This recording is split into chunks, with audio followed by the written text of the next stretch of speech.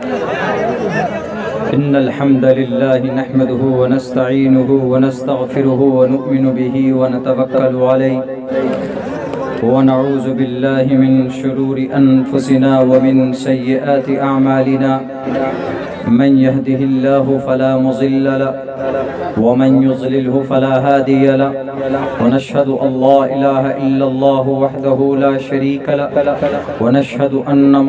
ونشهد أن سيدنا ومولانا محمدا عبده ورسوله أما بعد فأعوذ بالله من الشيطان الرجيم بسم الله الرحمن الرحيم ونهى النفس عن الهوى فإن الجنة هي المأوى صدق الله العظيم وقال النبي صلى الله عليه وسلم لتؤدن الحقوق إلى أهلها أو كما قال النبي عليه الصلاة والسلام. All compliments, all physical prayer and all monetary worship are for Allah. Peace be upon you, O Prophet, and Allah's mercy and blessings. Peace be upon us and righteous slaves of Allah subhanahu wa ta'ala. O my Lord, expand me my breast, ease my task for me, remove the impediment from my speech so they may understand what I say.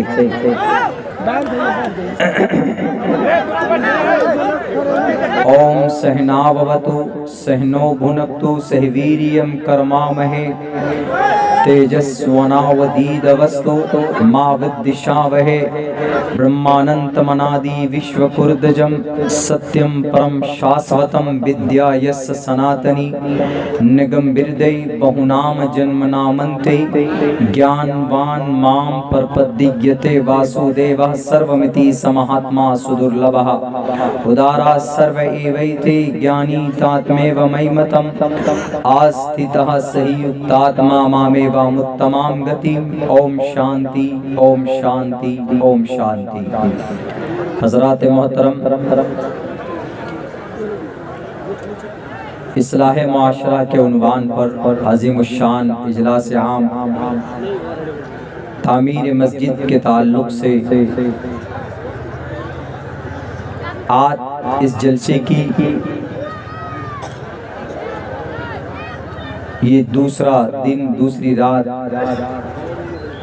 کی شروعاتی نشست ہے. کل سے آپ لوگ جلسہ سن رہے ہیں، تقریر سن رہے ہیں. آج بھی آپ لوگ مجھ سے پہلے بھی علاقے کے مشہور حضرت مولانا تاج الدین صاحب کی بڑی قیمتی بات آپ لوگوں نے سماعت کی ہے، اور میرے بعد بھی بہت بڑی بڑی ہستی، بڑے معزز علماء کرام، معتمد مستند علماء کرام کا بیان ہوگا. خصوصاً حضرت مفتی علیم الدین صاحب کا جو تشریف لا چکے ہیں، مفتی انعام الباری صاحب کا بڑا قیمتی بیان ہوتا ہے، وہ بھی موجود ہیں. اور وہیں پر ہمارے علاقے کے ہمارے بہت پرانے، مجھ سے بھی بہت پہلے جلسے کی دنیا میں تقریر کرتے ہیں اور بڑی قیمتی اچھی باتیں ہوتی ہیں. یہاں پر اسٹیج پر بیٹھے ہوئے حضرت مفتی نعمان صاحب اور شعراء میں سے لکھنؤ سے آئے ہوئے فیصل رشیدی صاحب، سرفراز سنبل صاحب اور بھی بہت سارے لوگ یہاں پر موجود ہیں. ان کا کلام، ان کا خطاب آپ سنیں. زیادہ وقت نہیں لوں گا، ہو سکتا ہے کہ میری تقریر کے فوراً بعد اذان ہو جائے. ممکن ہے جو ترتیب بنے گی وہ بتائیں گے آپ کو ناظم صاحب. لیکن میں زیادہ وقت کے لیے نہیں آیا ہوں، مختصر وقت دینا چاہتا ہوں. بڑی لمبی چوڑی بات ضروری نہیں ہے، بات بہت ہوتی ہے لیکن عمل ضروری ہے. یہ نہیں کہ کون چترویدی صاحب ہیں، ہم ان کا منتر سننا چاہتے ہیں، ان کا شلوک سنیں گے اچھا لگے گا. نہیں، یہ نیت مت رکھے، بلکہ یہ نیت رکھے کہ جو بھی عالم آئیں گے، جو بھی باتیں ہمیں کہیں گے، انشاءاللہ ہم اس پر عمل کریں گے. اگر یہ نیت ہوگی تو آپ جتنی دیر تک یہاں پر بیٹھ کر رہیں گے، آپ کا بیٹھنا، جلسہ سننا انشاءاللہ آپ کے لیے نفع بخش ہوگا اور نیکی میں شمار ہو سکتا ہے. انما الاعمال بالنیات, deeds will be judged by the intention. اللہ کے نبی کی حدیث ہے کہ اعمال کا فیصلہ, اعمال کا دار و مدار, اس کے اوپر جو ثواب مرتب ہوتے ہیں وہ آپ کی نیت پر ہوا کرتا ہے. اگر آپ کی نیت یہ ہے کہ ہم تقریر سننے جاتے ہیں, دیکھتے ہیں کن کی تقریر اچھی ہوتی ہے, تو پھر کوئی ثواب آپ کو نہیں ملنے والا ہے. اس لیے یہ نیت رکھیے کہ انشاءاللہ ہم جو بھی قرآن و شریعت کی بات سنیں گے ان کو اپنی زندگی کے اندر اپلائی کرنے کی, اپنی زندگی کے اندر داخل کرنے کی کوشش کریں گے. میرے بھائیو, میں نے آپ لوگوں کے سامنے اللہ کے نبی کی ایک حدیث اور جنت میں جانے کا طریقہ کیا ہے, جنت میں کون جا سکتا, اس کے تعلق سے قرآن کریم کی آیت پڑھی. نماز پڑھتے ہیں ہم لوگ, نماز اللہ کا آرڈر ہے, حکم ہے اللہ کا. اگر ہم نماز نہیں پڑھیں گے تو اللہ ہمیں سزا بھی دے سکتا ہے مرنے کے بعد, یا اللہ معاف بھی کر سکتا ہے کہ یہ ہمارا حق تھا, میرے لیے تھا, تم نے نماز نہیں پڑھی, لیکن تمہارا دوسرا عمل مجھے محبوب ہے, جاؤ میں تمہیں معاف کرتا ہوں, تم کو جہاں جانا ہے تم چلے جاؤ. ان کو جنت بھیج دیتے, معاف کر دیتے, میں تمہیں I forgive you, and you can enter, you can receive, you can go to جنت, تم جنت جا سکتے ہو.